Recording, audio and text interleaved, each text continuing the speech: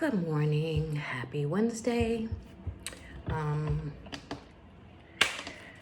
I felt the need to talk about a very important topic, and this is relatable to anyone and everyone who is either in relationships or who are looking for relationships, or looking for someone, I should say. And this topic is called red flags. So, I don't know, my spirit just wanted to do this video today. So I'm just going to begin. So I felt like red flags is a topic that I don't think is discussed enough. I think that there are so many different red flags when you meet someone, whether you are in a female-male relationship, male-male relationship, female-female, non-binary, whatever relationship you're in, red flags show up all the time.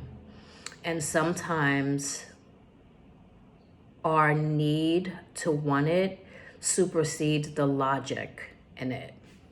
And so what I teach often is that when you begin to date someone, you are not open emotionally yet. You're not in love yet. And so this is a really, really good opportunity and a really good time to pay attention to red flags, right? I love my prop. I love it. It's the best.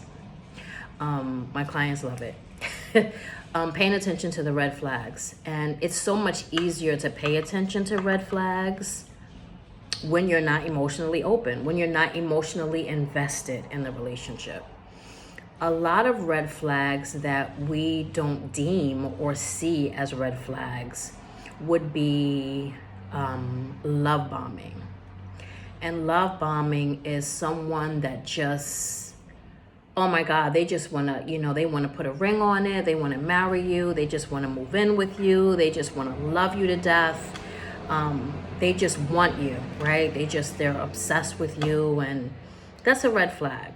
It's not healthy. It's not healthy for someone to be that into you that quickly. It's just not healthy. That's a major red flag. Another red flag is someone who doesn't listen to you, right? Someone who you are, say you're communicating, you're conversing, and you can't get a word in edgewise. That's a very self-absorbed person. So that's a red flag.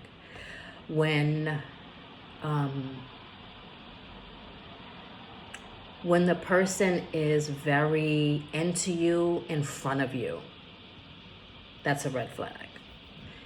Someone who wants to be with you, someone who has purpose in dating you, understands that this is for the long haul, and so there's no rush. There's no need to speed, and rush into things, right? It's just taking your time and just getting to know the person. One of the things that I love to mention is that often we pay attention to what they say, right?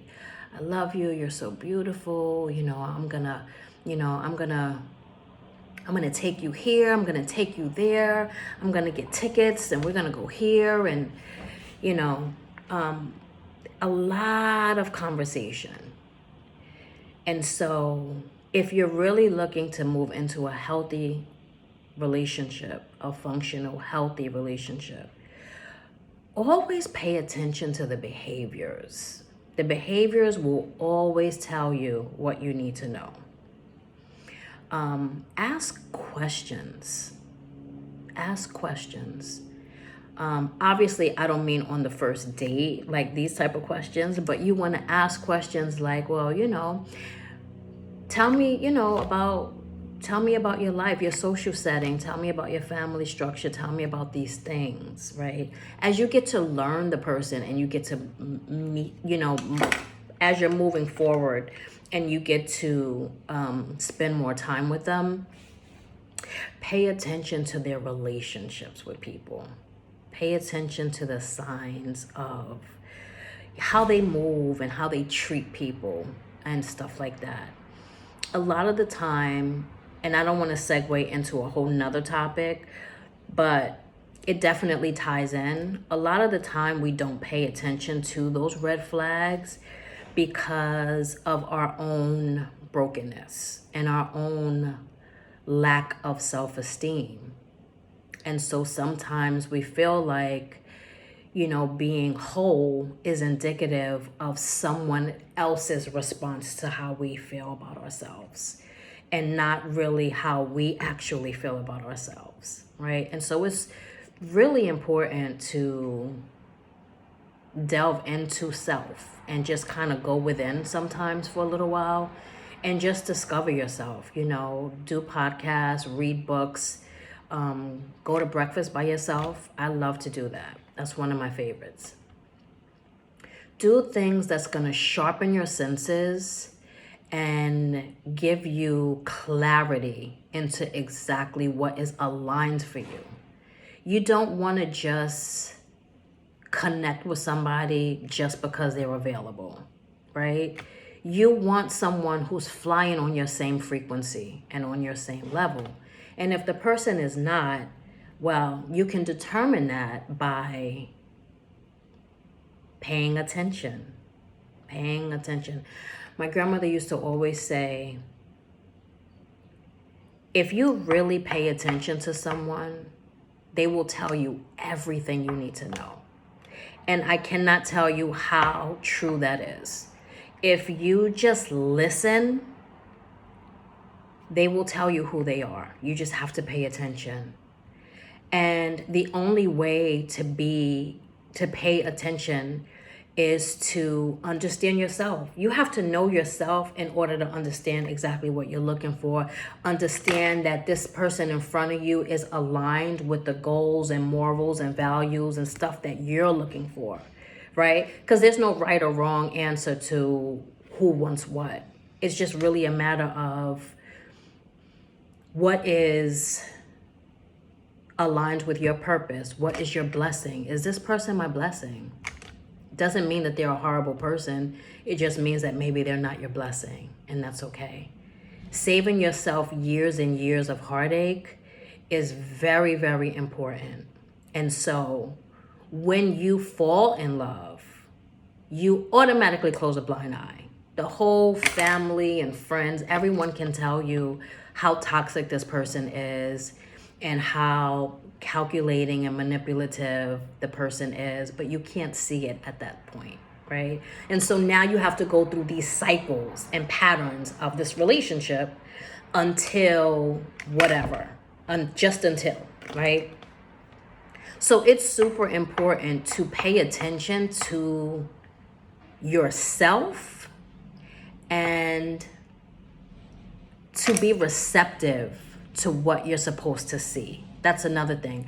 Pay attention to your body. Sometimes when you get anxious around people, there's a reason for that. Our body is very aligned with our spirit and our mind. And you have to connect all of them. You have to connect all of them.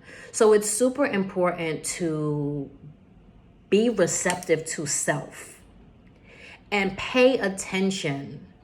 And don't jump in emotionally. Just don't jump in emotionally. Let your